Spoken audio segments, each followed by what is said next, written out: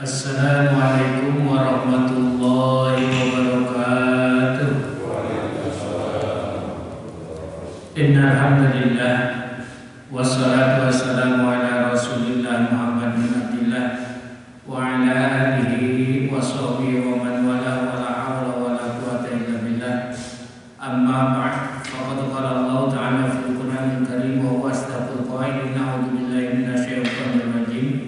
Yarfa'illahu alladhina amanu minkum walladhina utul 'ilma darajat wallahu bima ta'maluna khabir. Para jamaah rahimakumullah, jamaah salat subuh yang saya hormati, yang saya muliakan, mudah-mudahan kita semuanya dimuliakan oleh Allah Subhanahu wa taala. Alhamdulillah wa syukur ala ni'amillah, kita panjatkan puji dan syukur kehadirat Allah Subhanahu wa taala. Allah yang sudah melimpahkan berbagai macam nikmat kepada kita, sehingga Allah menantang kepada kita, kalau toh ada alat hitung yang paling canggih, maka silahkan hitung nikmat dari aku kepada Allah Subhanahu wa taala. Tentu tidak akan bisa menghitungnya. Wa in ta'uddu nikmatallahi la tuhsuha. Tidak bisa dihitung. Napas kita lega, kita dibebaskan dari corona. Kalau kita terkena corona, napas kita sesak dan perasaan badan tidak enak. Kita masih bisa makan, kita masih bisa minum, kita punya tempat berteduh. Itu tidak bisa dihitung. Kita punya alat kendaraan untuk menyampaikan dari satu tempat ke tempat yang lain. Kita bisa sujud, bisa ruku, itu nikmat dari Allah. Bisa melaksanakan perintah-perintah Allah, menjauhi larangan Allah, itu tidak bisa dihitung. Belum lagi cinta kita kepada istri, kepada anak, kita berbaik dengan tetangga, tidak bisa dihitung dan tidak ada alat ukurnya. Dan Allah tidak menuntut apapun kepada kita kecuali kita harus pandai mensyukurinya. La in syakartum la azidannakum. Siapa orang yang bersyukur atas nikmatku, maka firman Allah akan ditambah lagi. Para jemaah rahimakumullah, demikian Allah betapa agungnya, betapa mulianya, betapa murahnya, betapa sayangnya kepada kita. Selanjutnya salawat dan salam semoga Allah limpah curahkan kehariban junjungan kita Kanjeng Nabi Muhammad sallallahu alaihi wasallam.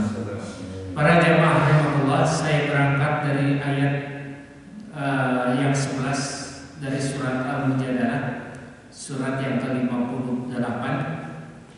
Saya ulangi. A'udzubillahi minasyaitonir rajim. Yarfa'illahu alladhina amanu minkum walladhina utul 'ilma darajat wallahu bima ta'maluna khabir.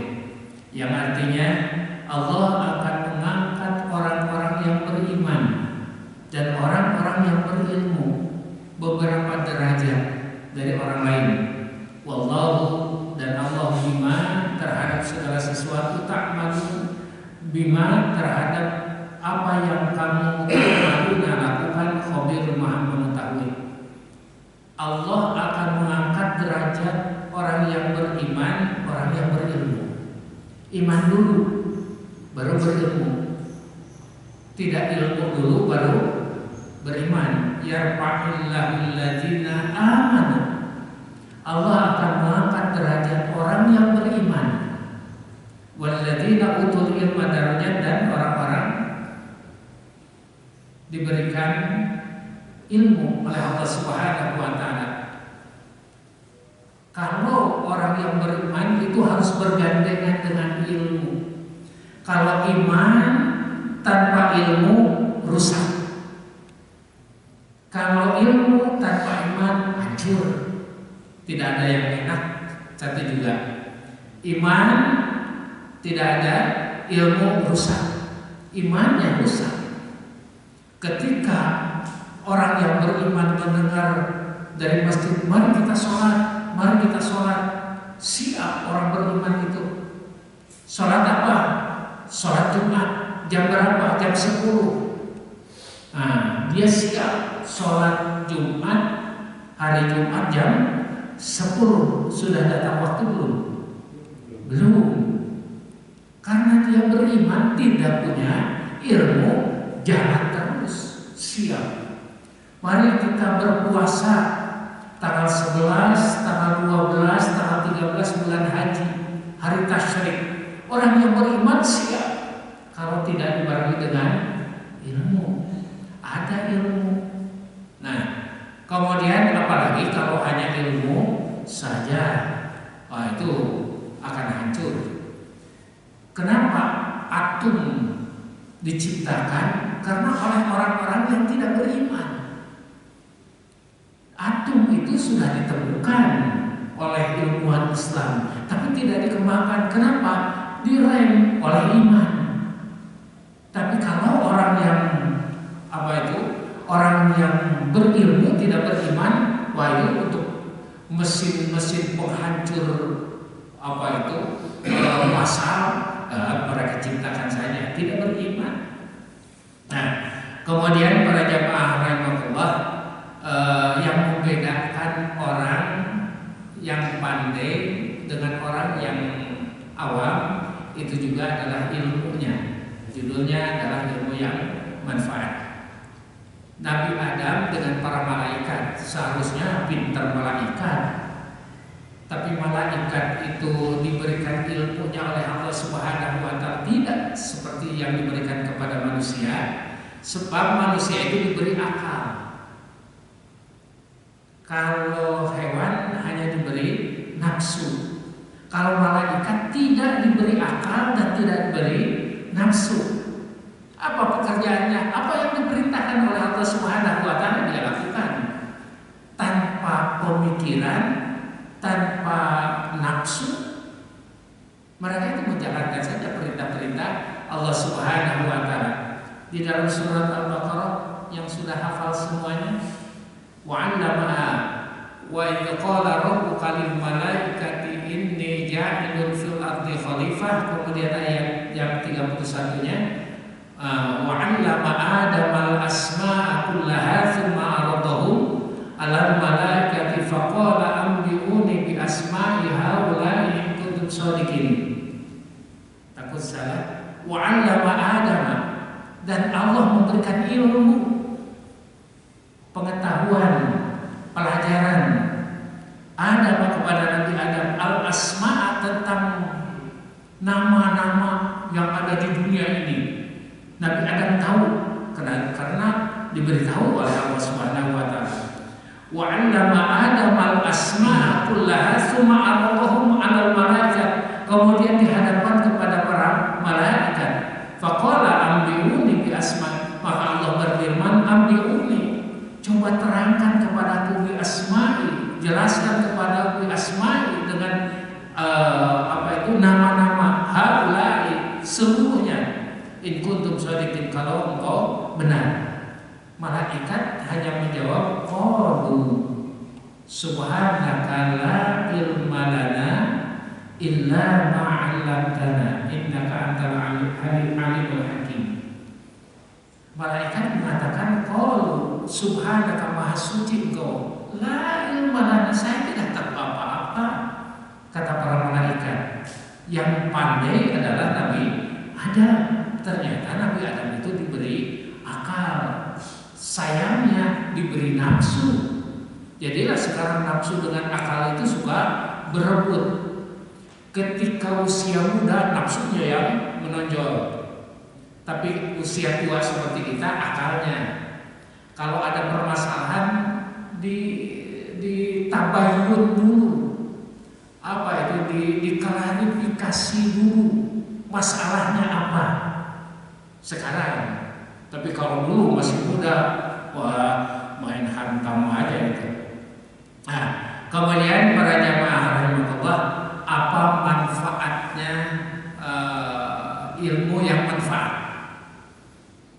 Ada hadis Rasulullah SAW yang diriwayatkan oleh Imam Bukhari, idza mata ibnu Adam in qata'a amaluhu illa min salasin. shadaqatin jariyatin wa ilmin yuntafa'u bihi wa waladin sholihin yad'ulahu. Ini para jamaah rahimakumullah. Ini manfaat ilmu yang manfaat. Jadi ilmu yang manfaat itu kalau sekarang ada bisnis apa itu? Kita tidak melakukan apa-apa, tapi keuntungan datang. Kita tidur, bangun tidur, apa itu? Rekening bank kita, mobile banking kita nambah kreditnya, nambah lagi. Kita jalan-jalan, nambah lagi. Apa itu? Passive income. Passive income. Passive income itu kita berinvestasi, kemudian nanti akan berjalan, kemudian akan masuk ke rekening kita. Kita tidak apa-apa, tidak ngapain, tidak ngapa-ngapain, kita tidak melakukan apapun, tapi ada passive income. Datang lagi. Apakah di dalam agama ada passive income? Ada. Seperti tadi itu, idza mata ibnu Adam, orangnya sudah wafat, tapi pahalanya ngalir. Dia sudah wafat tidak ngapa-ngapain, tapi pahalanya ngalir. Idza mata ibnu Adam inqata'a amaluhu. Apabila seseorang sudah wafat, maka putus seluruh amal perbuatannya. Ibadahnya tidak dapat pahala, yang memang tidak ibadah, sudah mati. Kemudian dia melakukan maksiat, tidak dapat dosa. Kapan mau melaksanakan maksiatnya, dia sudah mati, maka seluruh amalnya putus kecuali 3. Shadaqatin jariyah. Setiap Jumat atau pada hari-hari tertentu atau tiap hari lewat masjid, masukkan ke korobak masjid. Itu shadaqatin jariyah. Shadaqat yang mengalir. Shadaqah jariyatin yang mengalir. Apanya? Pahalanya. Wafat dia, oleh masjid dipakai untuk pembatasan. Ini ngocor terus kepada orang yang uang siapa ini? Allah tahu. Yang dipakai uang siapa, dipergunakan untuk apa, Allah tahu. Dan itu akan terus mengalir walaupun dia sudah wafat. Ada lembaga pendidikan di kampung biasanya, pesantren. Saya pernah ikut pesantren namanya Balai Rombeng. Kiainya itu tidak pungut bayaran, tidak apa. Ada orang yang pagi-pagi ngaji, pulang langsung sekolah, nanti siang atau sore atau maghrib ngaji lagi sampai isya. Itu tidak, si kiainya tidak diupah. Itu ilmu yang manfaat itu. Wa ilmin yuntafa'u bihi, ilmu yang manfaat, ilmu yang dia keluarkan, yang dia sedekahkan, yang diajarkan, tapi tidak mengharapkan balasan apapun. Tapi kalau ada yang masih amplop ya diterima. Jadi tidak dibiarkan. Jangan kalau ada yang masih amplop, saya ikhlas karena Allah. Karena Allah itu bukan berarti tidak menerima upah, tidak menerima imbalan. Pekerjaan kiai apa itu? Biasanya mengurus balong, kolam, kemudian sawah, kebun. Biasanya santrinya, orang santri yang tidak bayaran itu ngurus kolam, ngurus kebun. Yang belajarnya ikhlas, yang mengajarnya ikhlas, itu ilmunya insya Allah manfaat. Dan kita mengenal MLM, multi level marketing. Kiai itu multi level marketing, itu kiainya 1, punya santri 10. Apa yang diajarkan oleh kiainya, kemudian dilaksanakan oleh para santrinya, itu kiainya sudah wafat, maka akan mengalir pahalanya kepada kiainya. Yang 10 punya siswa, punya santri 10 lagi, berarti 100 MLM itu, multi level marketing. Jadi yang 100 itu beramal, diserahkan pahalanya kepada gurunya yang 10 itu, kemudian kepada kiainya yang 1 itu. Berapa ribu yang melaksanakan, maka kebagian. Apa dalilnya? Siapa orang yang memberitahu kepada kebaikan, kemudian orang itu melaksanakannya, maka pahalanya diberikan kepada yang memberikan kebaikan. Mandala ala khairin ajruhu kafa'ili.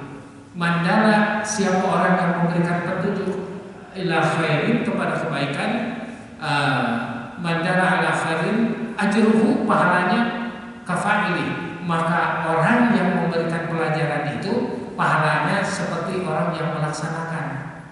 Para jamaah rahimahullah, ini luar biasa tentang ilmu. Kemudian itu ilmu yang manfaat bisa menjadi passive income. Ilmu yang manfaat itu bisa menjadi multi level marketing. Istilahnya sekarang seperti itu. Dari dulu zaman Nabi itu, siapa pahala yang paling besar? Kanjeng Nabi. Khairun nas man ta'allama al-Qur'an wa 'allamahu. Siapa orang yang terbaik? Khairun nas, sebaik-baik manusia, man ta'allama al-Qur'an, orang yang mempelajari Al-Qur'an, wa 'allamahu, dan mengajarkannya. Ada ilmu tajwidnya, ada ilmu makharijul hurufnya, sehingga ada orang yang tahsin, memperbaiki bacaan makhrajnya, makharijul huruf dengan tajwidnya. Nah, ketika orang mengajarkan itu mendapatkan pahala. Kemudian orang yang diajar itu mengajarkan lagi, itu multi level marketing itu. Pengajar yang pertama itu mendapatkan pahala yang luar biasa. Sebaik-baik manusia yang mengajarkan Al-Quran dan mengajarkannya, yang mempelajari Al-Quran dan mengajarkannya. Mandala ala khairin ajruhu kafa'ili. Nah, kemudian para jamaah rahimahullah, ada sahabat namanya Mu'adz bin Jabal. Mu'adz itu punya anak namanya Yahya. Yahya itu Mu'adz. Apa kata Yahya? Kata Yahya itu, al-ilmu dalilul amal. Ilmu itu lokomotifnya amal. Al-ilmu petunjuknya amal. Kalau orang berguru kepada siapa, maka amalnya seperti gurunya. Itulah ilmunya. Ilmunya seperti gurunya. Mohon maaf, saya sampaikan dengan kata-kata namanya. Kalau orang belajar di lingkungan Muhammadiyah, itu tidak ada kunut. Hamka tidak pernah kunut. Tapi begitu dia bermakmum menjadi imam bagi orang-orang NU, dia kunut. Kenapa? Ilmunya begitu. Al-ilmu dalilul amal. Nah, memang ada orang yang Muhammad NU ada, Muhammadiyah bukan, NU bukan, seperti kita. Muhammadiyah tidak punya kartu anggota. NU kita tidak terlibat dengan organisasi Nahdlatul Ulama. Kita hanya mengikuti tradisinya saja, mengikuti kaifiahnya, cara beribadahnya. Nah, para jamaah rahimahullah, orang Muhammadiyah apabila ada orang yang meninggal cukup didoakan, disolatkan, didoakan. Sama kalau mengurus mayitnya itu, yang pertama dimandikan, kemudian dikafani, kemudian disolatkan, kemudian dikuburkan, sama. Tapi sebetulnya tidak sampai 4 saja kewajiban yang hidup kepada yang meninggal. Yang kelimanya harus membayarkan hutang mayit, ahli waris biasanya. Kalau mayit ini banyak hutangnya, nah diwariskan hutang itu kepada ahli warisnya, harus bayar dulu hutang-hutangnya. Apa hutang kepada Allah, apa hutang kepada manusia, supaya sempurna nanti di akhiratnya. Kemudian yang keenamnya ada kewajiban orang yang hidup kepada orang yang meninggal. Kalau ada amanah, maka harus dipenuhi amanah-amanah mayit itu. Bapak kita punya uang sekian, 1 miliar, kata bapak itu sebagian untuk masjid ya anak-anak kalau bapak meninggal, amanah itu. Tapi amanah itu tidak boleh lebih dari 1/3 tirkah, 1/3 harta peninggalan. Kemudian para jamaah rahimakumullah, itu amanah harus dipenuhi, kalau tidak dosa. Kemudian didoakan. Sudah berapa? Sudah 7. Mendoakan. Ada yang mendoakan Allahumma ighfir lahu kalau yang meninggal laki-laki, Allahumma ighfir laha kalau perempuan, Allahumma ighfir lahu warhamhu wa'afi wa'fu anhu. Cukup itu saja. Itu tadi saya katakan Muhammadiyah seperti itu. Tapi kalau NU harus ada satunya, malam pertama, malam kedua, malam ketiga, malam ketujuh, 40 dan lain sebagainya. Nah, para jamaah yang perlu, al-ilmu dalilul amal. Dia belajar di mana, maka amalnya akan seperti di tempat pelajarannya. Nah, ini kata Yahya bin Mu'adz. Kemudian wal fahmu wi'a'ul ilmi. Faham itu adalah lumbungnya ilmu. Jadi kalau ada orang yang mempelajari ilmu paham, maka itu menjadi lumbung. Kata bahasa Perancisnya leit. Leit itu apa? Tempat padi itu ya lumbung. Nah, para jamaah rahimahullah. Nah, sekarang penting-pentingnya ilmu. Kata di dalam kitab apa ini ya? Ada syair fakullu man ya'malu bi ghairi ilmin a'maluhu mardudatun la tuqbalu. Fakullu man, dan setiap orang ya'malu yang beramal bi ghairi ilmin, tanpa ilmu, ikut-ikutan, sah satu saat sah, tapi pada saat yang lain tidak sah. Fakullu man ya'malu bi ghairi ilmin, siapa saja orang yang beramal tanpa ilmu, amaluhu mardudatun la tuqbalu, maka amalnya mardud, tertolak, la tuqbalu, tidak akan diterima oleh Allah Subhanahu wa taala. Jadi apa itu ilmu? Jadi ini pentingnya ilmu. Ilmu itu sangat penting sekali, bisa menentukan sahnya ibadah dan tidak sahnya ibadah. Ilmu seperti tadi sholat Jumat jam 10, walaupun bagaimana tidak bisa. Kemudian kalau agak diundur bolehlah. Tapi kalau dimajukan puasa di hari-hari tasyrik, itu tanpa ilmu begitu. Nah, para jamaah, sholat ada rukun sholat, ada sunat sholat, bahkan ada sunat hayat, ada sunat ab'an. Ketika takbiratul ihram, ngangkat tangannya sunat hayat, ngangkatnya. Tapi mengucapkan Allahu Akbar itu rukun. Enggak dibaca, enggak jadi sholatnya. Enggak jadi sholatnya. Sebab ada rukun qauli, ada rukun fi'li, ada rukun qalbi. Rukun qauli harus diucapkan. Seperti apa tadi? Takbiratul ihram. Takbiratul ihram itu rukun. Allahu Akbar, rukun. Rukun itu tidak boleh ditinggalkan. Ditinggalkan tidak sah. Ilmu itu yang menentukan. Menghadap kiblat, mustaqbilan kiblat, seperti ini, menghadap kiblat, rukun. Itu rukun. Jadi kalau sholat menghadap kemana saja sekarang dewe, maka itu tidak sah sholatnya.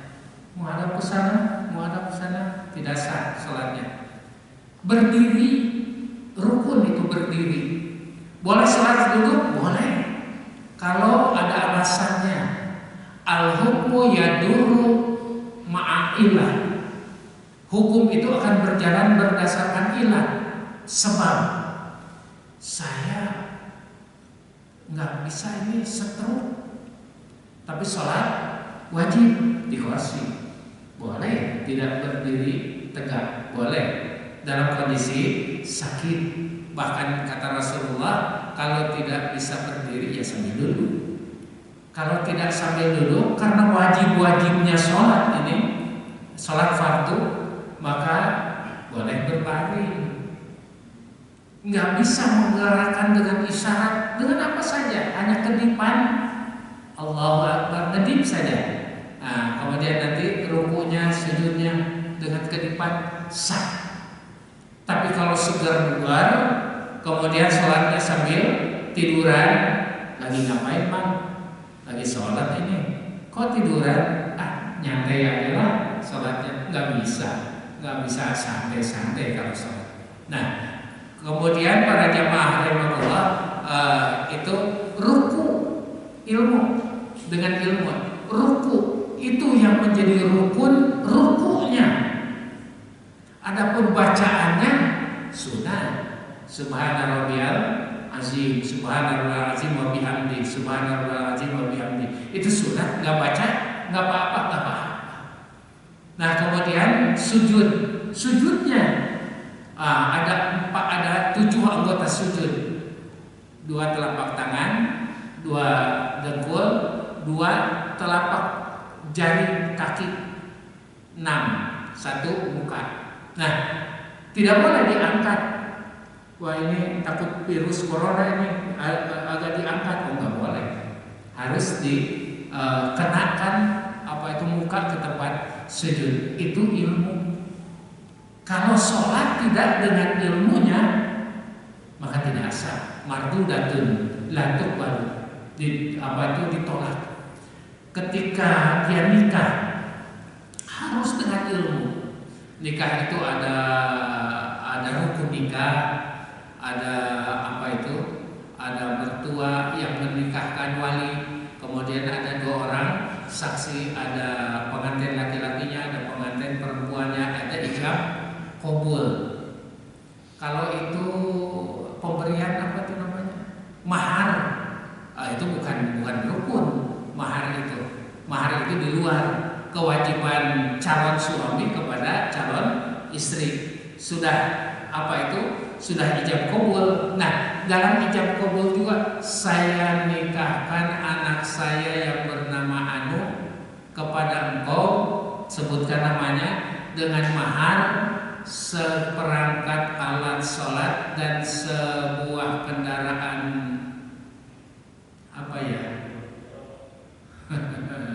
Ferrari. Nah, dibayar tunai. Dia ngerokok dulu santai kepada bapaknya. Nah, kemudian saya terima nikahnya dengan mas kawin tersebut, dibayar tunai. Nggak sah. Kenapa? Ijab qabulnya ngerokok dulu. Jadi itu ijab qabul itu minimal membaca sholawat. Jadi tidak usah wisol. Saya dibayar tunai, saya terima. Tidak usah seperti itu. Agak lambat sedikit nggak apa-apa, asal jangan terlalu lama. Jangan ke warung dulu baru saya terima nikahnya. Oh, jangan. Nah, itu tidak benar. Nah, para jamaah rahimakumullah, Sayyidina Umar pernah membandingkan antara orang awam dengan orang yang berilmu. Kalau Nabi bersabda, itu namanya hadis. Hadis itu ada 3, hadis qauli, hadis fi'li, hadis takriri. Hadis qauli, Rasulullah pernah bilang begitu, maka itu namanya hadis qauli. hadis fi'li. Rasulullah nggak pernah bilang, tapi melakukannya. Itu hadis fi'li. Ada Rasulullah tidak menyuruh, tidak melakukan, tapi zaman Rasulullah dilakukan oleh para sahabat-sahabatnya. Rasulullah no comment. Maka itu namanya hadis takwiri. Hadis juga.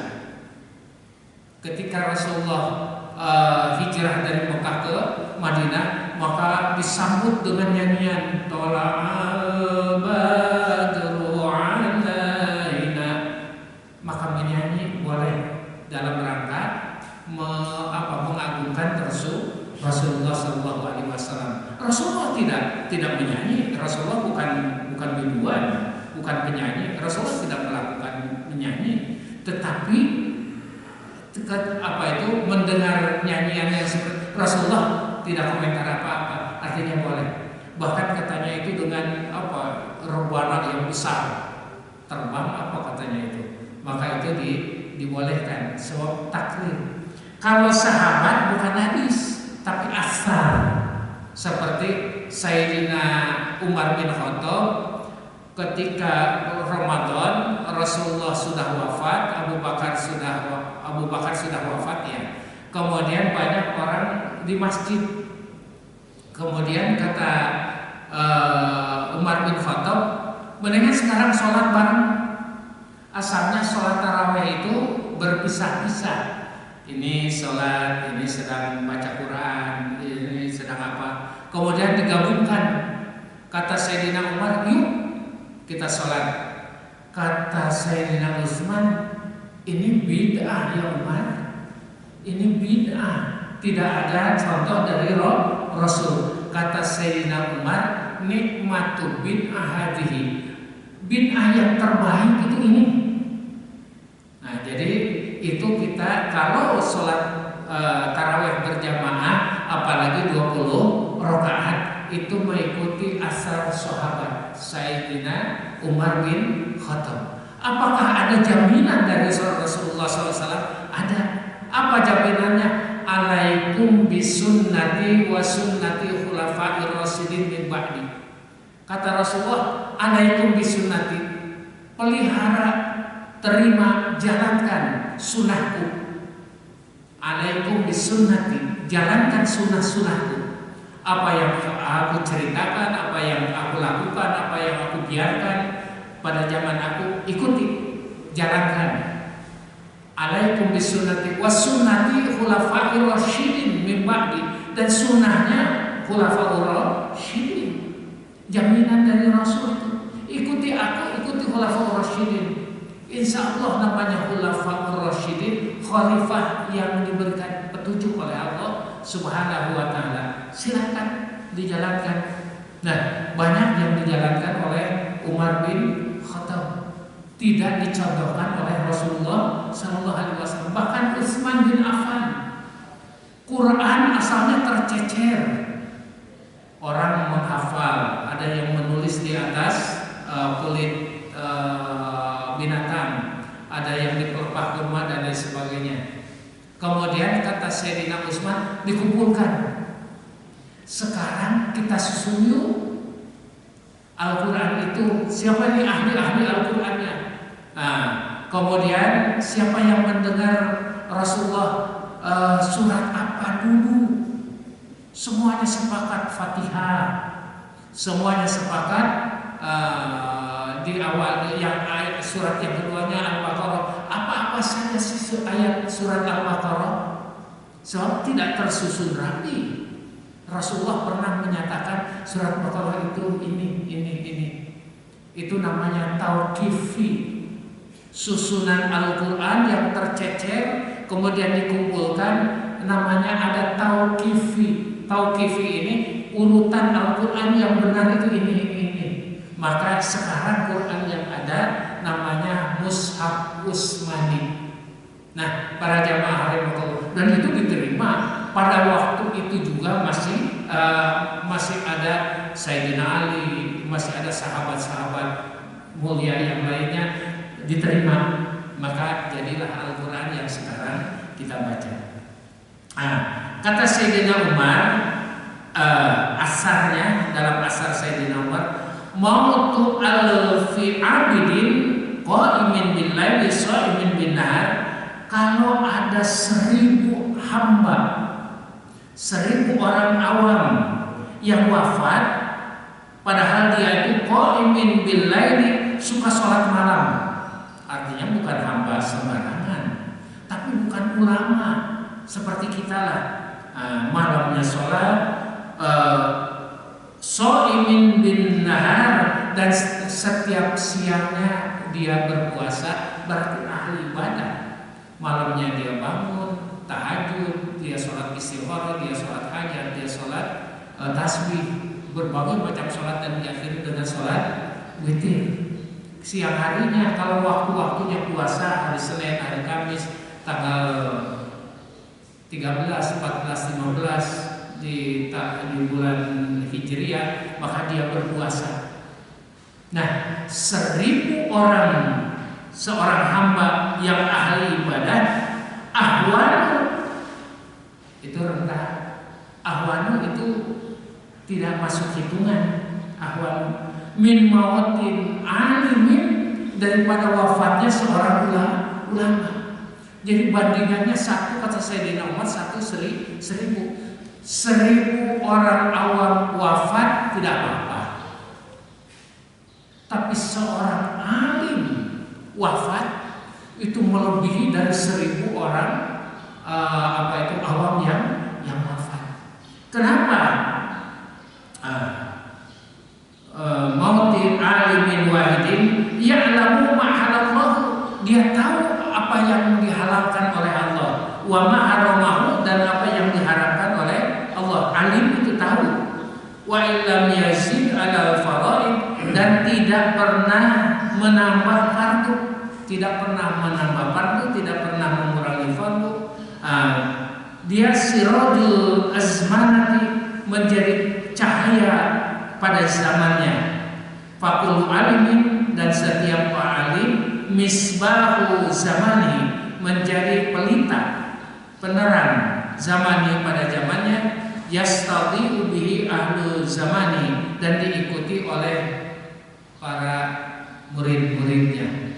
Jadi kalau kehilangan ulama melebihi kehilangan 1000 hamba. 1000 hamba itu tidak. Kenapa? Karena tidak memberikan pelita, tidak memberikan cahaya, tidak memberikan ilmu, baik untuk dirinya, baik untuk mungkin keluarganya, tapi dia tidak memberikan ilmu kepada orang banyak. Tapi kalau ulama ada, kalau di Al-Hijri itu penuh sekali setiap hari minggu, tapi sekarang belum dimulai. Dulu ada Kiai Mama Abdullah bin Nuh di apa itu di kota Paris, itu ratusan ribuan yang mengajinya, luar biasa itu Mama Abdullah bin Nuh. Nah, kemudian pada jamaah rahimahullah, ilmu yang manfaat tidak ada artinya manizdada ilman walam yazdad hudan lam yazdad minallahi ila hudan. Manizdada ilman, orang yang bertambah ilmu, walam yazdad hudan, tapi tidak bertambah petunjuk, hidayah. Ilmunya bertambah, tiap hari dia belajar, dia kuliah sampai strata 3. Walam yazdad hudan, tapi tidak menambah petunjuk. Dia sampai doktor, mungkin bergelar profesor, ada punya keahlian, tapi tanah sholat, bulan Ramadan tanah puasa, apalagi sholat berjamaah, sudah tidak. Nah, itu ilmunya bertambah, tapi petunjuknya, hidayahnya tidak bertambah. Wa manizdada hudan, manizdada ilman walam yazdad hudan lam yazdad minallahi ila hudan, dan tidak bertambah apa-apa kedekatan dengan Allah kecuali jauh dari Allah. Nah, para jamaah rahimahullah, ini ilmu yang tidak manfaat. Kalau yang ilmu yang manfaat, asyadun nas, ini harus hati-hati. Asyadun nas azaban yaumal qiyamah. Orang yang paling mengerikan siksaan di akhirat pada hari kiamat adalah alimun lam yanfa'hu Allahu bi ilmihi. Orang yang berilmu tapi oleh Allah tidak dimanfaatkan ilmunya, tidak bermanfaat. Ini perlunya ilmu yang manfaat. Hanya menguasai ilmu qiraat jadi imam manfaat. Suaranya bagus jadi muadzin manfaat. Apalagi ngumpulin anak-anak. Yuk kita kumpul. Mau ngapain Ustaz? Mau ngaji. Diajarkan alif, ba, sekarang itu ada metode-metode apalah. Kemudian makhrajnya a, ain, ha kecil, ha besar, sa, ada sa, sin, ada sya, ada so. Itu dibedakan oleh si guru. Itu yang bermanfaat. Ilmunya hanya sekedar itu. Ya, itulah yang manfaat. Itu yang diinginkan oleh Allah Subhanahu wa taala. Itu ilmu, manfaatnya ilmu akan terasa. Nah, para jamaah rahimahullah, supaya ilmu kita manfaat, maka harus banyak-banyak doa. Kata Rasulullah, wa kana sallallahu alaihi wasallam yaqulu, Allahumma inni a'udzubika min ilmin la yanfa'u. Allahumma ya Allah, ini sesungguhnya aku a'udzubika, berlindung kepadamu, min ilmin la yanfa'u, dari ilmu yang tidak manfaat. Kita mohon perlindungan kepada Allah. Hindarkan aku ya Allah, lindungi aku ya Allah dari ilmu yang tidak manfaat. Biar sedikit tapi dimanfaatkan, itu yang bagus. Wa qalbin la yakhsha, dan lindungi aku ya Allah dari hati yang tidak pernah khusyuk. Sholat tapi ingat hutang, ingat cicilan, ingat aku sekarang sudah tanggal berapa nih ya, cicilan saya dalam corona seperti ini sudah di PHK dan lain sebagainya. Tapi bukan di Pilar 5, bukan sama. Mungkin ada. Yang pertama, mohon ilmu perlindungan kepada Allah dari ilmu yang tidak manfaat. Yang kedua, mohon perlindungan wa qalbin la yakhsha, hati yang tidak pernah khusyuk. Yang ketiga, wa amalin la yurfa, amal yang tidak diangkat, tidak diterima oleh Allah Subhanahu wa taala. Wa du'ain la yusma, dan doa-doa yang tidak pernah didengar oleh Allah Subhanahu wa taala. Nah, jadi ada 4 permohonan kepada Allah. Allahumma inni a'udzubika min ilmin la yanfa, wa min qalbin la yakhsha, wa min amalin la yurfa, wa du'ain la yusma. Apa? Alhamdulillah belum ya. Dan memang biasanya kan harus ditulis, dihafalkan baru. Kalau hanya dengar selewat mah lewat saja itu. Allahumma inni a'udzubika min ilmin la yanfa, wa min qalbin la yakhsha, wa min amalin la yurfa, wa min da'watin la yustajab, la yusma. Jadi mohon ilmu yang tidak manfaat, hati yang tidak pernah khusyuk, kemudian amal yang tidak diangkat, tidak diterima oleh Allah, dan doa yang tidak didengar, yang tidak yang tidak diijabah oleh Allah. Ada sabda Rasulullah ini, maratu lailatul usriya bi aqwamin tuqrabu syafa'ahum. Saya pernah melewat kepada satu kaum waktu saya Isra Mi'raj, dengan kaum tuqrabu syafa'ahum bimaqaridi. Dia memotong-motong lidahnya dengan gunting yang minanar, yang terbuat dari api neraka. Fakultu man antum, kata saya, kata Rasulullah, siapa anda? Qalu kunna na'muru bil khair, kami ini adalah na'muru bil khair, yang memerintahkan kepada kebaikan. Wala na'tihi, tapi kami tidak melakukannya. Wananha, dan kami selalu memberikan petunjuk supaya menjauhi anisyari dari keburukan. Wanati, dan aku melakukannya.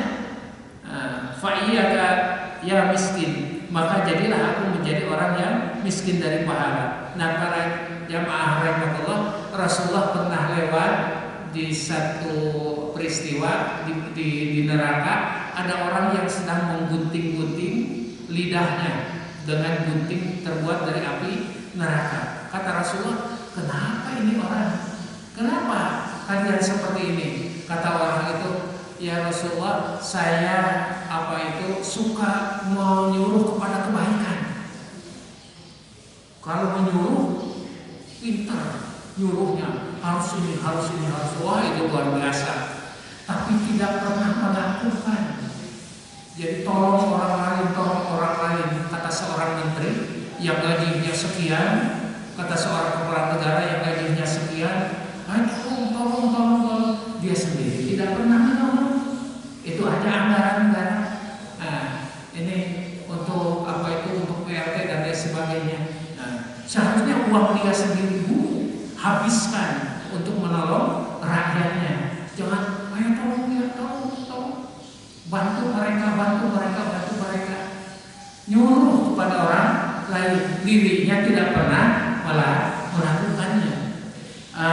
Dan dia itu suka melarang keburukan. Melarangnya bagus, tapi dia sendiri yang melakukan. Kata kepala desa, jangan berbuat ini, jangan berbuat ini, jangan berbuat ini. Dia yang melakukannya. Nah, nanti di akhirat digunjingi oleh Allah Subhanahu wa taala. Nah, kemudian para jamaah rahimahullah, bagi penuntut ilmu juga. Jadi ilmu akan bermanfaat kalau menuntutnya niatnya benar, kemudian hasilnya juga benar. Jadi saya pesantren untuk apa? Untuk ilmunya dibagikan lagi. Juga bukan saya pesantren saya bisa ngaji. Saya kalau di TV akan mendapatkan sekian puluh juta, sekali tayang sekian puluh juta, sekali tayang sekian puluh. Wah, itu sudah salah. Itu sudah salah niat. Nah, barangkali kenapa ini ditulis di sini? Mungkin ada yang seperti itu. Ada orang yang menuntut ilmu itu, rajulun talabal ilma, ada seseorang menuntut ilmu, liyattakhidhahu zadahu ilal ma'ad. Dia menumpuk pahala untuk tempat kembali nanti. Walam yaqsid bihi, dan tidak ada maksud dengan ilmu itu illa wajh Allah, kecuali menuntut ridho Allah, wa darul akhirat, dan untuk akhirat. Fahada minal faisin, maka penuntut ilmu ini orang yang sukses. Siapa orang yang sukses? Menuntut ilmunya. Kenapa kau menuntut ilmu? Ingin mengamalkannya, ingin mengajarkannya. Yang saya harapkan adalah ridho Allah dan pahalanya untuk nanti di akhirat. Para jamaah itu yang benar. Nah, warajul talabahu liyasta'ina, dan ada seorang yang belajar ilmu itu liyasta'ina, untuk menjadi alat bihi, dengan ilmu itu, ala hayatihi, untuk memenuhi kehidupannya, untuk memenuhi kebutuhan hidupnya, ajilati dan yang segera, wayana labihi, dan dapatlah dia al-izza, kehormatan, wal jah, kemuliaan, Jadi menuntut ilmu itu apalagi FISIPOL, Fakultas Ilmu Sosial dan Politik. Wah, dia masuk ke apa itu sebuah partai karena dia sudah lulus, maka diamalkanlah di partai itu. Wah, dia banyak pengikutnya, kemudian dia dilukukan bahkan jadi ketua partai dan lain sebagainya. Dia dihormati, bahkan kedudukannya dia jadi menteri karena apa itu mendukung pemerintahannya. Sedikit lagi. Nah, kemudian para jamaah rahimakumullah, maka hasillah apa yang dia maksudkan itu. Fahadha minal mukhtirin, maka ini adalah orang yang rendah dan orang fa'in ajalahu qabla taubat, kalau dia mendapatkan itu sebelum tobat, hifa alaihi min su'il khatimah, maka dia masuk dalam su'ul khatimah. Wa baqa amruhu, kecuali kalau dia bertobat. Kalau orang yang bertobat, fa in ta'ab wa in ta'ibat minadz dzunub kaman la dzanbala. Kata Rasulullah, siapa orang yang bertobat, maka orang itu seperti tidak punya dosa. Jadi kalau salah melangkah, salah niat, kemudian dari niatnya itu terpenuhi, tercapai, maka itu celaka besar. Dia bisa menjadi su'ul khatimah. Jadi akhir yang buruk. Dia jadi apa itu yang terdengar suaranya itu, dia menjadi jaksa. Kemudian membeli mobil yang mahal, mau mencoba ini mobil kecepatannya luar biasa. Jaksa nggak tahu dari mana itu uangnya. Kemudian naik mobil, belum tobat, sudah hancur mobilnya dan dia juga mati. Itu su'ul khatimah. Itu nggak tahu jaksa di mana, berangkat. Para jamaah rahimahullah, kalau hasil ilmunya dari keinginan dunia, kenapa engkau masuk fakultas ekonomi? Oh, nanti saya akan menjadi ekonom, saya akan menjadi saya akan menjadi Kalau belajar saja karena Allah. Dan umat Islam ini harus pintar, harus cerdas. Kenapa? Tapi jangan kalau ini target saya menteri, target saya wali kota, target saya tidak usah. Jangan ada targetnya liwajhillah, ridho Allah. Tapi kalau Allah menentukan dia jadi presiden, harus siap. Itu yang harus kita cerdas. Kita harus berilmu tinggi. Ketika kan jadi presiden, jadi pejabat itu Allah yang mengangkat. Allah Malikul biasanya pada sholat maghrib itu ada Allah yang mengangkat, Allah yang menurunkan seseorang. Nah, ketika kita diberikan kesempatan diangkat oleh Allah Subhanahu wa taala, maka sudah siap. Jadilah pemimpin kepala daerah yang cerdas di dalam agama dan mengatur negaranya. Nah, para jamaah rahimahullah, itu. Jadi anak kita harus menjadi orang yang cerdas. Jadi orang yang berilmu tinggi. Tapi tujuannya bukan uang. Tujuannya bukan kemuliaan, bukan kehebatan, tapi tujuannya lillahi ta'ala. Insyaallah dia ilmunya menjadi manfaat. Jadi sarjana apa saja, bukan sarjananya. Bisa saja masuk IPB jadi kepala bank. Apa hubungannya? Mungkin saja ada unsur-unsur ilmu yang mengarah ke sana. Lulusan IPB di OJK, Otoritas Jasa Keuangan, itu bisa terjadi. Kadang-kadang kita tidak disiplin ilmu. Itulah para jamaah rahimahullah, ilmu yang manfaat. Jadi mulai belajar sampai mengajar